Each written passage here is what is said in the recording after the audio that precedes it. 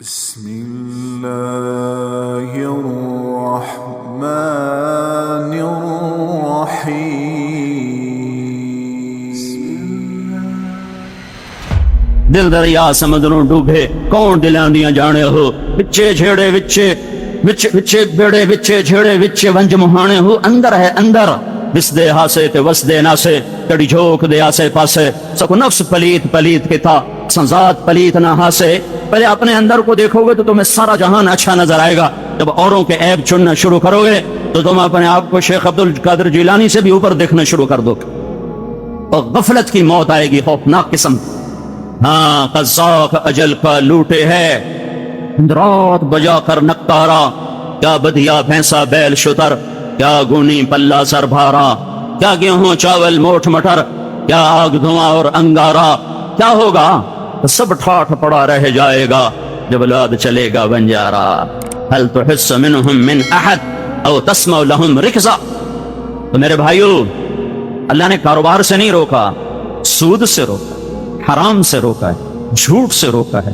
خیانت سے روکا ہے حکومت سے نہیں روکا ظلم سے روکا ہے پینے سے نہیں روکا شراب کے پینے پلانے سے روکا ہے مرد عورت کے تعلق سے نہیں روکا زنا سے روکا ہے شادی کرو زنا نہ کرو پہننے سے نہیں روکا کہ ریشم نہ پہنو سونا نہ پہنو تیرے لیے جنت میں تیار ہے اللہ رزق دے تو اوروں پہ خرچ کر خود سونے کی انگوٹھیاں نہ ٹھمکا ایک بڑا آدمی بڑے فخر سے مجھے دکھانے لگا اے 2 انگوٹھیاں 15 لاکھ دیاں والد صاحب 15 لاکھ دیاں اس دھوکے میں نہ آؤ اس دھوکے میں نہ آؤ تو میرے اللہ نے یہ تھوڑا ہی کہا ہے کہ کھاؤ نہیں کہ حرام نہ کھاؤ یہ تھوڑا ہی کہا بولو نہیں کہ جھوٹ نہ بولو گالی نہ بولو غیبت کا بول نہ بولو ظلم و ستم کا بول نہ بولو تو میرے بھائیو یہ مٹ جانے کا جہان ہے حضرت محمد صلی اللہ علیہ وسلم کے پیچھے چلو تاکہ منزل ملے تاکہ اللہ ملے اللہ تک پہنچو گے تو کامیاب ہو چاہے بادشاہ بن جاؤ محمود غزنوی جیسی حکومت دنیا میں 4 آدمیوں نے کی اور اس میں وہ دوسرے نمبر کا آدمی اور 33 سال کی حکومت اور اتنا بڑا اقتدار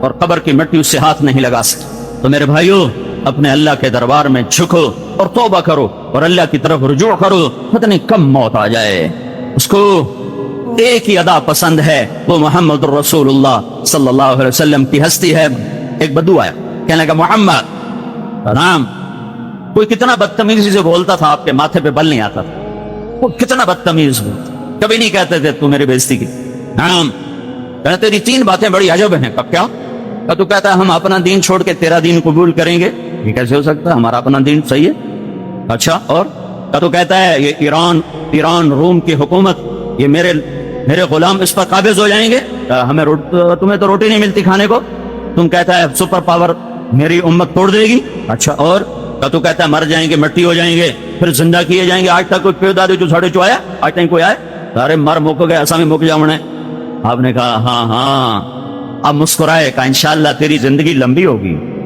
اور تو دیکھے گا کہ عرب میرا کلمہ پڑھے گا اور تو دیکھے گا ایران اور روم ٹوٹے گا اور باقی رہے گی تیسری بات تو قیامت کا دن ہوگا اور میں تیرا ہاتھ پکڑوں گا اور تجھے یاد دلاؤں گا تیسری بات ہوئی کہ نہیں ہوئی کہنے لگا میاں میں کو نہیں مننا واپس چلا گیا مکہ فتح ہوا سارا عرب مسلمان ہو گیا کہنے لگا بھئی ایک غلطہ ہو گئی پھر حضرت عمر کا زمانہ ہے تو روم بھی فتح ہو گیا ایران بھی فتح ہو گیا کہنے لگا بھئی 2 ہی ہوئی تو 3 بھی ہوئی جمنی ہے تو میرا خیال ہے ہوں میں نے کلمہ پڑھ لینا چاہیے تو وہ مسلمان ہو کے مدینے آ گئے شفٹ ہو گئے ہجرت کر جب وہ مسجد میں آتا تھا نا تو حضرت عمر اس کے لیے کھڑے ہو جاتے اور اسپیشل اس کے گھر اس کی زیارت کرنے بھی جاتے تھے تو ایک دن کہنے کہ تمہیں پتہ میں اس کی عزت کیوں کرتا ہوں کہ یہ وہ شخص ہے جس کو اللہ کے رسول نے فرمایا تھا تیرا ہاتھ پکڑ کے تجھے یاد دلاؤں گا اور قیامت کے دن اللہ کے نبی نے جس کا ہاتھ پکڑ لیا جنت میں پہنچانے سے پہلے نہیں چھوڑے گا لہذا یہ پکا جنت ہے تو بھائیو اپنے ہاتھ چھڑا کرنا محمد مصطفیٰ صلی اللہ علیہ وسلم کے ہاتھوں میں اپنے ہاتھ دے دو پھر حکومت کرو پھر سیاست کرو پھر تجارت کرو پھر کنسٹرکشن کمپنی بناؤ یا ہماری طرح کپاس کاشت کرو پھر اللہ تم سے راضی ہے لیکن اگر اللہ اس کے رسول سے بغاوت کی تو پھر اللہ مہلت تو دیتا ہے غافل نہیں ہے سویا ہوا نہیں ہے شراب اور شربت میں فرق ہے سود اور تجارت میں فرق ہے کفر اور شرک میں فرق ہے ظلم اور عدل میں فرق ہے نافرمانی فرمانبرداری میں فرق ہے یہ فرق اللہ نے قائم کرنا ہے پھر نبی نے فرمایا ماں باپ تیری جنت ہیں تیری جہنم ہیں دکھ دو گے تو تمہاری کوئی عبادت تمہیں جنت تک پہنچا نہیں سکتی. سکھ دو گے، دعا لے لو گے تو تمہیں وہاں تک پہنچائیں گے. میرے نبی جنت میں گئے تو آپ نے قرآن کی تلاوت کی آواز سنی تو آپ نے فرمایا یہ کون تلاوت کر رہا ہے؟ تو فرشتوں نے کہا جی نعمان.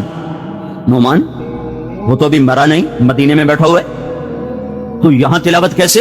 یہ 7-8 ہزار 10 ہزار کے مجمع کو سنانے کے لیے کتنا بڑا ساؤنڈ سسٹم ہے، اور نعمان کی مدینے کی تلاوت 7 آسمان پار کر کے جنت میں کیسے جا رہی ہے؟ تو انہوں نے عرض کی یا رسول اللہ، انہوں نے ماں کی ایسی خدمت کی ہے، جب قرآن کھولتے ہیں اللہ ساری جنت کو سناتا ہے، ساری جنت. ماں کے کیسے خدمت گزار تھے؟ ماں کے لیے کھانا خود پکاتے تھے، بیوی سے نہیں پکواتے تھے. ماں کے کپڑے خود دھوتے تھے، بیوی سے نہیں دھلواتے تھے. پھر سامنے بیٹھ کے روٹی خود کھلاتے تھے، بیوی سے نہیں کہتے تھے. اور ماں کے لیے سر میں تیل بھی لگاتے، جوئیں بھی نکالتے تھے.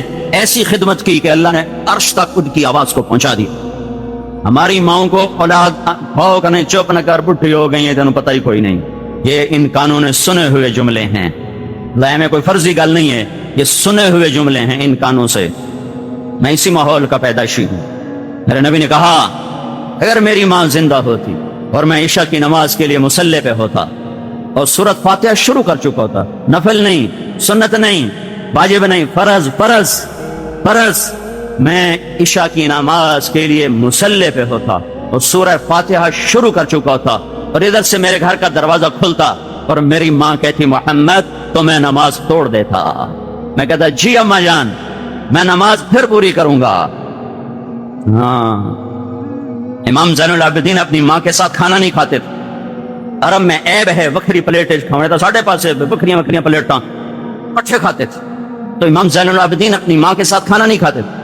ایک شخص نے کہا حضرت آپ تو خود اتنے بڑے وقت کے ولی کامل امام، علم یہ وہ آل رسول، اب ماں کے ساتھ کھانا کیوں نہیں کھاتے ہیں؟ کہ مجھے ڈر لگتا ہے کوئی ایسی بوٹی نہ اٹھا لوں جو میری ماں کو پسند ہو، اور میرا ہاتھ پہلے چلا جائے اور میں اٹھا لوں تو کوئی اللہ کا غضب نہ مجھ پہ نازل ہو جائے. جو جنت کے وارث، جنت کے وارث یہ آل رسول نہیں ہے، جگر گوشے رسول ہیں. یہ تو دو واسطے ہیں بیچ میں، ابھی تو آگے لمبے واسطے نہیں، صرف 2 واسطے ہیں. تو مجھے ڈر لگتا ہے میں کوئی ایسی بوٹی نہ اٹھا لوں جو میری ماں کو پسند ہو اور میرے اوپر اللہ کا غضب آ جائے. آپ نے فرمایا عمر تیرے دور میں ایک شخص آئے گا، اس کا نام اویس ہوگا، قبیلہ اس کا مراد ہوگا، خاندان اس کا قرن ہوگا، یمن کا رہائشی ہوگا، رنگ اس کا کالا ہوگا، قد اس کا درمیانہ ہوگا، حالت اس کی فقیرانہ ہوگی، کمر پہ اس کے سفید داغ ہوگا. وہ تیرے حکومت میں آئے گا تو اس سے اپنے لیے دعا کروانا، علی تو بھی دعا کروانا، عمر تم بھی دعا کروانا. یا رسول اللہ کیوں؟ کہ اس نے ماں کی ایسی خدمت کی ہے کہ جب ہاتھ اٹھاتا ہے اللہ اس کے ہاتھ خالی نہیں لوٹاتا ہے، آسمان کے دروازے کھل جاتے ہیں. اور آپ نے فرمایا کہ جنت میں جانے کا وقت ہوگا، سارے لوگ جنت میں چلیں گے اور اویس کرنے بھی آئے گا تو اللہ کہے گا تو رک جا. ہاں بھائی تم سب چلو، تم رک جاؤ. کہے یا اللہ مجھے کیوں روکا ہے؟ کہ تو سفارش کر، تیری تو فعل لاکھوں بندوں کو جنت میں ڈالوں گا، تجھے اس لیے روکا ہے. کیوں؟ تہجد، علم، تبلیغ، جہاد، تصوف، ذکر، تلاوت، اسرار شریعت، رموز شریعت. نہیں نہیں نہیں، کیا صرف ماں کی خدمت، صرف ماں کی خدمت. وہی ماں جو جنگ میں رلتی پھرتی ہے، وہی باپ جو چھپتے پھرتے ہیں کہ پتر کے کہیں وڑ نہ لوے. میرے نبی سے پوچھا گیا یا رسول اللہ قیامت کب آئے گی؟ کہ اللہ کو پتہ ہے. کہ کوئی نشانی تو بتائیں کہ جب ماں کو ذلیل کیا جائے گا تو قیامت آ جائے. تمہیں خبر ہے اللہ کے نبی نے ماں باپ کی نافرمانی کے لیے کیا لفظ استعمال کیا ہے؟ حقوق.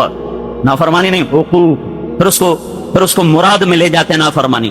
معصیت عربی زبان میں نافرمانی کے لیے معصیت کا لفظ ہے. حقوق یہ ہے، یہ دیکھ رہے ہو میں کیسے پرزے کر رہا ہوں. یہ اس ٹیشو پیپر کو تمہارے سامنے ہو رہا ہے اور یہ بکھر گیا. اس کا مطلب ہے حقوق، کسی چیز کا ٹکڑے ٹکڑے ہو کے بکھر جانا. جو ماں باپ کو نافرمان ہے اس کی دنیا، اس کا دین ایسے ٹکڑے ٹکڑے ہو جائے گا کہ نہ یہ جہان بن سکے گا نہ وہ جہان بن سکے گا. ہاں بھائی، اور بھی دکھ ہیں زمانے میں محبت کے سوا، راحتیں اور بھی ہیں وصل کی راحت کے سوا. سب مال بنانا ہی کوئی بڑا کام نہیں ہے، بڑے افسروں سے تعلق بنانا ہی کوئی بڑا کام نہیں ہے، دنیا میں نام کمانا یہ کوئی منزل نہیں ہے. اللہ کا راضی ہو جانا. لیتک تحلو والایام مریرۃ ولیتک ترضی والانام غضاب. اللہ کو راضی کر لو، اس کی رضا محمد مصطفیٰ صلی اللہ تعالی علیہ وسلم کا پاکیزہ طریقہ ہے، مبارک طریقہ ہے. اسی کی راہوں پہ چلو گے تو جنت رسائی ہے. اللہ دنیا بھی دے گا، اللہ عقبہ بھی بنائے. یہ جہان بھی بنائے گا، وہ جہان بھی بنائے گا۔ حرام سے نکلو، جھوٹ سے نکلو، شراب سے نکلو، ناچ گانے کی محفلوں سے نکلو، زنا سے نکلو۔ پوچھا گیا زلزلے کیوں آتے ہیں؟ تو ارشاد فرمایا جب موسیقی کی محفلیں برسر عام ہوتی ہیں، جب شراب کی دعوت سر عام چلتی ہے، جب زنا کو بغیرتی کے ساتھ کیا جاتا ہے تو اللہ کو غیرت آتی ہے، گدا ہلا دیا جائے زمین کو۔ میرے بھائیو، مشکل دور میں امت چل رہی ہے، انتہائی خوفناک وقت چل رہا ہے۔ میں سب کے سامنے ہاتھ جوڑتا ہوں، توبہ کرو، توبہ کرو، توبہ کرو۔ شیخ یوسف جیسی موت ہر ایک کا نصیب نہیں ہوتا ہے، ہر ایک کا نصیب نہیں ہوتا ہے۔ یہ اللہ ہے جس کو پسند۔ غصے والا تو میں نے نبی میں بنا چھڑے، کہا میری پسند ہے، کہا میری پسند ہے، میں نے تمہیں چاہا۔ تو میرے بھائیو، اللہ اس کے رسول کو راضی کرو مرنے سے پہلے پہلے۔ جتنے گناہوں میں ہم ہیں، یہ بڑے چھوٹے چھوٹے گناہ ہیں، ان گناہوں کی کوئی حیثیت نہیں ہے اس کی رحمت کے سامنے۔ ترمذی کی ایک روایت میں سناؤں، کفل ایک نوجوان ہے بنی اسرائیل کا، بہت مالدار ہے، شیخ یوسف کے بچوں کی طرح۔ اللہ نے بہت رزق دیا ہے، دولت ہے، لیکن غلط جگہ لگ رہی۔ ہر رات اس کی غفلت، ہر رات اس کی غفلت۔ ایک رات ایک لڑکی کو 60 دینار کے بدلے لے کر آیا۔ 60 دینار ہمارا پاکستان کا 6 لاکھ روپیہ بنتا ہے۔ ایک رات کے لیے 6 لاکھ خرچ کر کے ایک لڑکی کو لے کر آیا۔ جب کمرے میں اس کے ساتھ تنہا ہوا تو دیکھا وہ لڑکی رو رہی ہے۔ تو اس نے پوچھا کیوں رو رہی ہو؟ تو اس نے کہا میں پیشہ ور عورت نہیں، میں عزت دار ہوں، مجھے بھوک نے یہاں تک پہنچایا ہے، میں بھوک کی وجہ سے یہاں تک پہنچی ہوں۔ تو وہ رونے لگا اور اس نے کہا کہ میں بہت گندا انسان ہوں، میں توبہ کرتا ہوں، تو میرے لیے اللہ سے دعا کر کہ اللہ تعالیٰ مجھے معاف کر دے۔ وہ لڑکی گھر گئی، پیسے اسی کو ہے با، وہ لڑکی گھر گئی، پیچھے کفل کا انتقال ہو، اسے نہیں پتا میری آخری رات، وہ مر گیا۔ اب اگلے دن یہ خطرہ تھا لوگ اس کا جنازہ نہیں پڑھیں گے، لوگ اس کو غسل کفن نہیں دیں گے، تو اللہ تعالیٰ صدقے جاؤں اس نے نظام بدل دیا۔ صبح جب ہوئی تو لوگوں نے اس کے گھر کی دیوار پہ لکھا ہوا دیکھا ان اللہ قد غفر للکفل، اللہ نے کفل کو معاف کر دیا ہے۔ اٹھو جنازہ پڑھو، اٹھو غسل دو، اللہ معاف کر چکا ہے۔ تو میرے آپ کے گناہوں کی کوئی حیثیت نہیں اس کی رحمت کے سامنے۔ ہم توبہ کرنے والے بنے، معاف کرنے میں بہت زبردست ہے۔ اس کا خود فرمان ہے من تقرب الی تلقیتہ من بعید، جو توبہ کر کے میری طرف آتا ہے میں آگے بڑھ کر اس کا استقبال کرتا ہوں۔ اور یہ کیا عجب بات ہے، کسی کو منانے جاؤ تو وہ تمہارا استقبال کرے، یا تمہیں کتنی سنائے گا، پھر تم معافی مانگو گے، وہ پھر سنائے گا، پھر معافی مانگو گے، پھر سنائے گا، پھر کہیں جا کے معاف کرے گا۔ تمہارا رب کہتا ہے جو مجھے منانے آتا ہے میں آگے بڑھ کر اس کا استقبال کرتا ہوں۔ سبحان اللہ۔ ناراض کو منانے جا رہا ہوں، وہ آگے استقبال کے لیے کھڑا ہے، یہ صرف اللہ ہے، اللہ۔ اور سنو، جب تم توبہ پہ پکے ہو جاتے ہو تو پھر میں کہتا ہوں جتنی زندگی میں گناہ کیے تھے معاف تو پہلے کر دیے تھے، اب ہر گناہ کے بدلے میں نیکیاں لکھ دو، ایڈی لوٹی کی تھوپاؤنی ہے۔ فَأُولَئِكَ يُبَدِّلُ اللَّهُ سَيِّئَاتِهِمْ حَسَنَاتٍ وَكَانَ اللَّهُ غَفُورًا رَحِيمًا۔ تو میرے بھائیو، ہم سب توبہ کریں، اللہ کے ایک احسان کا بدلہ نہیں دیا جا سکتا، تو اس کے تو بارش کے قطروں کی طرح احسانات ہیں ہمارے اوپر، اور معاف کرنے میں کتنی جلدی کرتا ہے۔ بارش نہیں ہو رہی، موسیٰ علیہ السلام نے بندوں کو لے کر نماز پڑھی کہ اللہ بارش دے، اللہ نے دھوپ اور تیز کر دی۔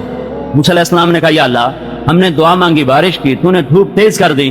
تو اللہ تعالیٰ نے کہا اس مجمع میں ایک شخص ہے پچھلے 40 سال سے میرا نافرمان ہے، جب تک وہ اس مجمع سے نکل نہیں جاتا میں معاف نہیں کروں گا اور میں بارش نہیں کروں گا۔ موسیٰ علیہ السلام نے اعلان کیا کہ کوئی ایسا شخص ہے تو نکل جاؤ۔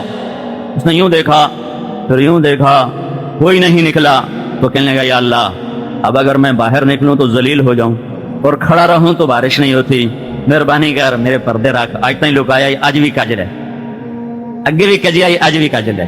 تو اب یہ جو اس نے توبہ کیا نا، میری بات پہ غور کرو، یہ توبہ اللہ کی محبت میں نہیں ہے، اپنی عزت بچانے کے لیے۔ مطلب میں 2 نمبر جی توبہ، 2 نمبر جی توبہ، اے اللہ میرے کا کھرا کھلا مینو کج مینو بیزتیاں نہ کر۔ یہ 2 نمبری توبہ پر بھی اللہ نے کیا کیا، ایک دم گھٹا چھائی اور بادل برسا۔ موسیٰ علیہ السلام کہنے لگے یا اللہ بارش کیسے ہوگی، بندہ تو ہے کبھی نہیں نکلیا۔ تو اللہ تعالیٰ نے فرمایا جس کی وجہ سے روکی تھی اسی کی تو فعل کر. 40 سال کی دشمنی اتنی جلدی دوستی میں بدل سکتی؟ سگے بھائیوں میں تو تکرار ہو جائے تو سال ہر سال سلام نہیں کرتا. تو میں نے آیا کیا بس ایسا لکھا شیک چھڑے ہے. تو میرا اللہ 40 سال کی نافرمانی کو ایک بول پر اللہم انی عصیتک 40 سنتا فامہلتنی فجیتک تائبا فاقبلنی، 3 سیکنڈ میں نے یہ جملہ بول دیا ہے. اور اللہ تعالیٰ 40 سال کی نافرمانی کو 4 سیکنڈ کے بول پر یوں مٹایا کہ کہا کیا کہا کہ جس کی وجہ سے روکی تھی اسی کی وجہ سے کر دی. تو موسیٰ علیہ السلام نے کہا یا اللہ وہ کیوں؟ تو اللہ تعالیٰ نے کہا اس نے توبہ کر لی، ہم نے صلح کر لی، گالی مک گئی. اتنی جلدی کوئی صلح کرتا ہے؟ اتنی جلدی کوئی صلح کرتا ہے؟ اس نے توبہ کی، ہم نے صلح کی. تو موسیٰ کہنے لگے یا اللہ کون ہے؟ سبحان اللہ. تو اللہ تعالیٰ نے کہا سارے جان سے کہتا ہوں چغلی نہ کھاؤ تو میں اس کی چغلی کھاؤں.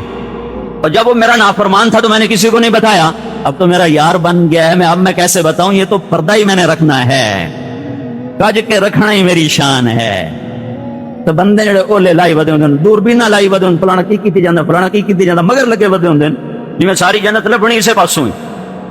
او بھائی دھن رے دھنی اپنی دھن پرائی دھنی کا پاپ نہ پن، تیری روئی میں 4 بنولے سب سے پہلے ان کو چن.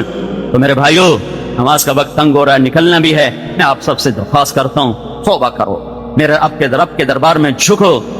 ہم جن حالات سے گزر رہے ہیں اللہ کے بغیر کوئی اس وقت کام آنے والا نہیں، اور اللہ کا نظام توبہ کے ساتھ حرکت میں آتا ہے. توبہ پر اللہ کا رجوع نصیب ہو اور تبلیغ میں نکلو، اللہ کی راہوں میں تبلیغ میں جاؤ. یہ اس وقت نجات کا راستہ ہے اور اللہ کے غصے کو رحمت میں بدلنے کا سبب ہے. یہ کوئی جماعت نہیں، یہ کوئی فرقہ نہیں، یہ پوری امت پر فریضہ ہے کہ دین پر چلو اور دین کو پھیلاؤ. اپنی جان مال کے ساتھ پھرو اگرچہ بت ہیں جماعت کی آستینوں میں، مجھے ہے حکم اذان لا الہ الا اللہ. اس امت کو ختم نبوت کی وجہ سے پوری دنیا کے انسانوں تک اپنا پیغام پہنچانے، اللہ کا پیغام پہنچانے کا فریضہ ملا ہے. ہماری حاجت ہے، میری حاجت ہے. بھائیو جاؤ پھرو، لوگوں کے دروازوں پر دستک دو، ان کی منت کرو. بڑے ہیرے چھپے ہوئے ہیں، تمہیں دیکھنے میں نظر آئے گا. ایک آدمی ہر نافرمانی میں مبتلا ہے، اس پر محنت کرو تو تمہیں ایسا چمک کے دکھائے گا کہ ہیرے کی مان بھی اس کے سامنے، ہیرے کی چمک بھی اس کے سامنے ماند پڑ جائے گی. کسی کو حقیر نہ سمجھو، کسی مسلمان کو حقیر نہ سمجھو، کسی مسلمان کو حقیر نہ سمجھو. پتہ نہیں کون سی ادا میرے مالک کو پسند آ جائے. اپنے عیب دیکھو، اوروں کی خوبیاں دیکھو، ظاہر سے توبہ کرو، اللہ کے دربار میں جھکو. یہ بہت بڑا مجمع آیا ہوا ہے، چھٹیاں بھی ہونے والی ہیں، سب تبلیغ میں جاؤ. اس وقت امت کا یہ واحد علاج بتا رہا ہوں، واحد علاج کہ جو آدمی دین پہ آنا نہیں چاہتا اس کے لیے کیا کیا جانا. مسجد میں بھی نہیں آتا، مدرسے بھی نہیں جاتا، وہ کسی خانقاہ میں بھی نہیں جاتا. اب اس کا کیا کیا جائے؟ میرا باپ تھا تو ذمہ دار لیکن ذہن دینی تھا، وہ مجھے کتابیں لا کے دیتا، اہل اللہ کی بیٹا پڑھ. مینوں کی پتا دین کی تو ولی کی. میں 11 سال کی عمر لاہور گل چھڑیا، میرا بھی قصور کوئی نہیں، وہ بھی نال ہی قصور آئی. تو میں نے کوئی دین دی سمجھتا ہوں تو تا میں نے اپنے کو دور کر دے.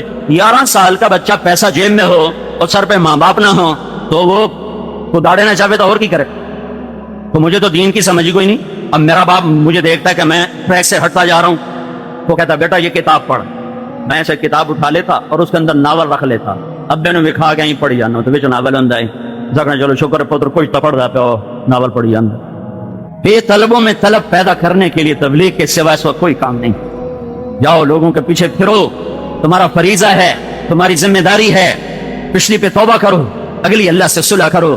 صلح کو پکا کرنے کے لیے اللہ کی راہوں میں پھرو. تو نیت کرتے ہو سارے بھائی، توبہ کی نیت کرتے ہو تو سب کہو یا اللہ میری توبہ، پھر کہو یا اللہ میری توبہ، پھر کہو یا اللہ میری توبہ. میں انگلینڈ کے سفر سے آ رہا ہوں، ٹوٹنگ میں بیان کیا تو میں ایسے ہی آخر میں توبہ کرواتا. ایک پاکستانی نوجوان اتنا رویا کہ اس کو دھما لگ گئی. تو میرے سامنے نہیں، دوسرے سے، میں تو نکل گیا بیان کر کے. تو ساتھیوں نے پوچھا تو کیوں اتنا رو رہا ہے؟ کہ میرے 18 شراب خانے ہیں اور میرے ساری زندگی حرام میں گزر گئی. میری آج توبہ ہے، میں تم سب کو گواہ بناتا ہوں، میری آج توبہ ہے. اور شراب سے کتنی کمائی ہوتی ہے برطانیہ میں، جو جائے گا اسے پتہ چلے گا. جس کے 18 شراب خانے چل رہے ہوں اور ایک بیان پر اسے ختم کر رہا ہو، اس کے اندر کتنا ایمان تھا، اس کو کوئی پہنچا ہی نہ، کسی نے اس کو جا کے محنت ہی نہ کی. تو اس لیے میں کہتا ہوں توبہ کرو. پتہ نہیں کس درد سے تمہارے منہ سے نکلا ہوا جملہ میری تمہاری زندگی کا دھارے بدل دے. تو سارے مجمع نے توبہ کر لیا نا بھائی، پکی کر لیا نا. اب ایسا کرو، ایک دفعہ سورۃ فاتحہ پڑھو، 3 دفعہ سورہ اخلاص پڑھو اور پھر ہم دعا کرتے ہیں شیخ صاحب کی روٹی میں. پڑھ لیا بھائی؟ جب کسی میت کے لیے نیت کر کے کچھ پڑھا جاتا ہے تو کسی کو بتانے کی ضرورت نہیں ہوتی، وہ فوراً اس کو پہنچ جاتا ہے. یہ ہماری ایک رواج کی چیز ہے کہ ایسے دعا پر لوگ کہتے ہیں جتنے قرآن آپ کے مل کیے، اتنے قرآن آپ کی مل کیے. وہ ڈائریکٹ اللہ کے ساتھ معاملہ ہوتا ہے. جب ایک آدمی صرف بسم اللہ پڑھتا ہے نا، کہتا ہے یا اللہ اس کا ثواب شیخ یوسف کو، اب نہ مجھے کہنے کی ضرورت ہے نہ کسی اور کو، سیدھا اتر جاتا ہے. اور یہ سارے ان کے بیٹے بیٹھے ہوئے ہیں، یہ ایک دفعہ اخلاص پڑھ کر اپنے باپ کو جو ثواب پہنچائیں گے وہ میرا پورے قرآن پڑھنے کا بھی اتنا اجر نہیں ہوگا. یہ معذرت کے ساتھ مالدار لوگ جو ہوتے ہیں نا، یہ طالب علموں کو بلاتے ہیں، جناب مولوی صاحب ذرا بچے تک گلے جب ابے واسطے قرآن پڑھ چھڑن، وہ آ کے پڑھ دیتے ہیں.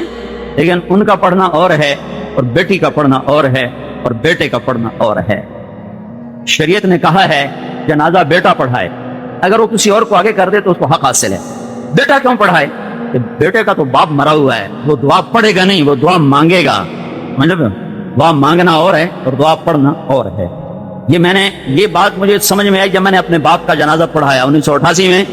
تو پہلے بھی جنازے پڑھائے، بعد میں بھی پڑھانے کا موقع مل رہا ہے، لیکن جب میں نے اپنے باپ کا جنازہ پڑھایا تو مجھے محسوس ہوا تھوڑی دیر کے بعد کہ میں دعا پڑھ نہیں رہا، میں مانگ رہا ہوں. گرمی تھی، میرا جی چاہتا تھا کہ میں گھنٹہ دعا ہی مانگتا رہوں. لوگوں کی وجہ سے میں نے دعا کو مختصر کیا، کیونکہ جنازے کی صرف ایک دعا نہیں، اللہم اغفر لحینا ومیتنا، جنازے کی بہت سی دعائیں. تو مجمع کی تقریب سے بچانے کے لیے میں نے اس کو مختصر کیا. لیکن بطور بیٹے کہ میرا جی چاہتا تھا کہ آج جتنی دعائیں مجھے یاد ہیں میں اپنے باپ کے لیے پڑھ دوں. مجھے اس دن یہ فلسفہ سمجھ میں آیا کہ بیٹا کیوں پڑھائے، کوئی بیٹے کا تو باپ مرا ہوا ہے. مولوی صاحب تو کل بھی جنازہ پڑھایا، آج بھی پڑھایا، انہیں کل بھی پڑھاونا ہے، اور بھی پڑھاونا ہے. وہ تو جلدی کرو، دیر پہ ہوندی، ٹائم پہ ہوندا ہے. جس کا مرا ہوتا ہے اس کی ہائے نکل رہی ہوتی ہے، ہائے کی ہائے. تو میں ان کے بچوں سے کہوں گا کہ یہ اپنی زندگی میں اپنے باپ کے لیے ایصال ثواب کو داخل کریں. ان کا حق ہے، ان کا حق ہے. اور آپ سے بھی کہتا ہوں، میرے بھی مر گئے، جن کے مرے ہوئے ہیں، روزانہ ماں باپ کے لیے ایصال ثواب کے لیے مقرر کرو. ان کو وہ پہنچتا رہتا ہے، ان کے درجات بلند ہوتے رہتے ہیں. تو جب کسی کی نیت سے ہم پڑھتے ہیں تو کسی کو بتانے کی ضرورت نہیں ہے. جیسے انہوں نے میرے آگے فہرست پیش کی، وہ ڈائریکٹ چلا جاتا ہے، پہنچ جاتا ہے. وہ سیدھا معاملہ ہے. حسن بصری کے پاس ایک عورت آئی کہ میری بیٹی مر گئی، دیکھنا چاہتی ہوں کیا ہوا اس کے ساتھ. تو انہوں نے پڑھنے کو بتایا تو وہ اس نے پڑھ کے سوئی تو اس نے بیٹی کو دیکھا بڑے عذاب میں، آپ کا کرتا پہنا ہوا. تو وہ روتی ہوئی آئی، کہا جی میں نے تو بیٹی کو یوں دیکھا ہے، اب تو بخشش کی دعا کر. اگلے دن حسن بصری رحمت اللہ علیہ نے ہم ایک لڑکی کو دیکھا، سبز پوشاک، خوبصورت جسم، چمکتا چہرہ. کہا حضرت مجھے پہچانتے ہیں؟ کہا نہیں. کہا میں وہ لڑکی ہوں جس کی ماں کو آپ نے وظیفہ بتایا تھا. کہا تو تیری ماں نے تو بتایا تھا تو آگ میں ہے. کہا تھی. کل ایک ایمان والے کا یہاں سے گزر ہوا تو اس نے درود شریف پڑھ کے ہم سب کو ایصال ثواب کیا. اس میں سے جو مجھے حصہ ملا وہ میرے ساتھ یہ ہو گیا.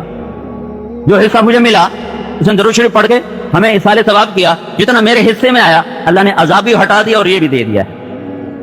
تو بھائی وہ سیدھا جاتا ہے. ان کے بیٹوں سے کہوں گا ساری زندگی کے لیے خود شامل کرو ان کے لیے ایصال ثواب. تمہارا باپ کوئی عجب نصیب والا تھا، ایسی موت میں نے زندگی میں کسی کی نہیں دیکھی. نصیب والا تھا. تو حسنین سے اس کا کام نہیں بنے گا، اس عمل سے اس کا کام ضرور بن گیا. جو صف میں کھڑے ہوئے اللہ کے دربار میں حاضر ہوا ہے، آپس میں محبت سے رہو، الفت سے رہو. فی السماوات وما فی الارض، زمین اور آسمان کا بادشاہ، رب المشرق والمغرب، مشرق اور مغرب کا پالنے والا، یمسک السماوات والارض، زمین آسمان کو تھامنے والا. وہ کہتا ہے یہ اللہ ہے، یہ اللہ. وہ اللہ کہتا ہے یہ میرا حبیب ہے. تو وہ حبیب کیسا ہوگا جس کو اللہ کہے میرا حبیب ہے؟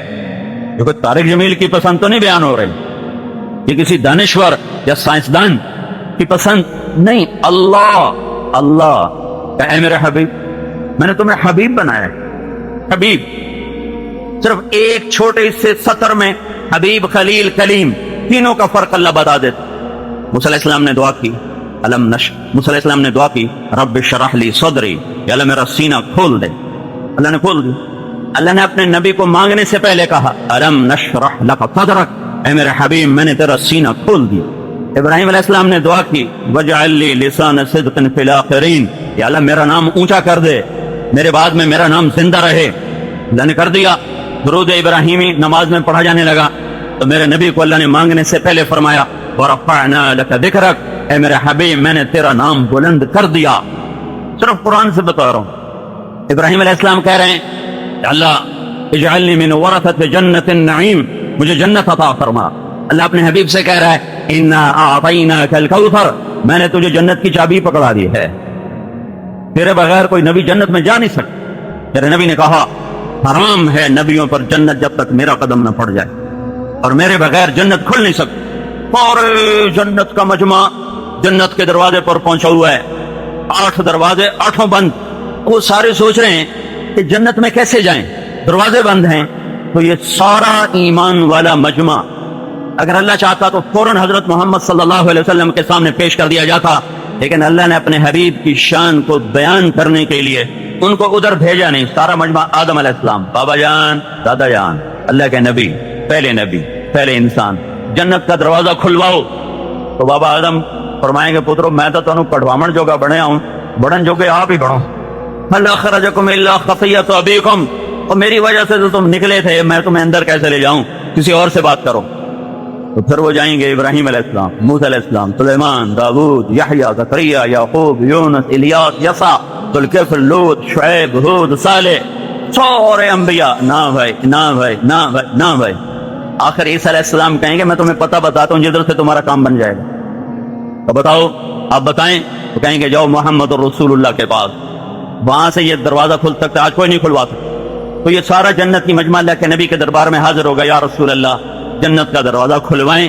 تو میرا نبی کہے گا انا لہو، میں ہی کھلواؤں گا، میں ہی کھلواؤں گا.